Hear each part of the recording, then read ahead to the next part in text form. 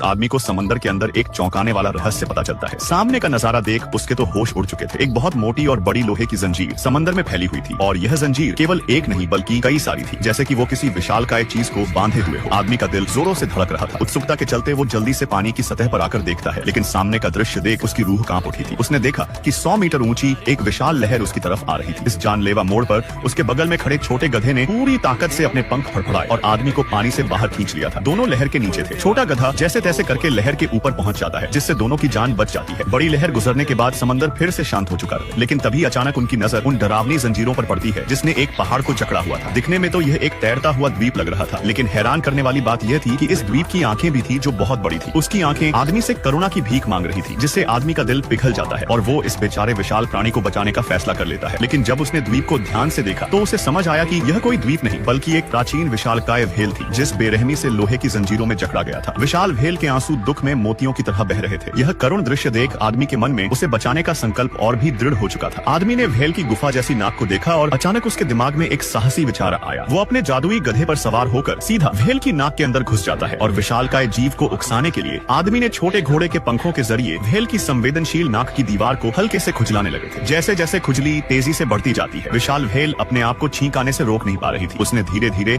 अपना पहाड़ जैसा सिर ऊपर उठा लिया था। समंदर का पानी पल भर में उसकी नाक में घुस जाता है और जंग लगी नाजुक लोहे की जंजीर टूटने लग जाती है। फिर जैसे ही भेल सर को और ऊपर उठाती है तो बाकी की जंजीरें भी एक एक करके टूटती चली जा रही थी, जिसके अगले पल ही भेल ने इतनी जोर से छींक मारी कि वो अपनी बेड़ियों से आजाद हो जाती है। आदमी और गधा भी मौका देखकर जल्दी से भाग निकले थे। उड़ने वाला यह छोटा गधा कोई साधारण जानवर नहीं था। वास्तव में यह एक आसमान का देवता घोड़ा था जो मस्ती के लिए एक दिन धरती पर उतरा था। उसने एक किसान के गेहूं का खेत बर्बाद कर दिया था। इस आदमी को उस खेत की रखवाली के लिए रखा जाता है। फिर एक दिन जादुई घोड़ा नदी में गिर गया था। दयालु आदमी रस्सी फेंक कर उसे नदी से बाहर निकलता है और उसे मौके पर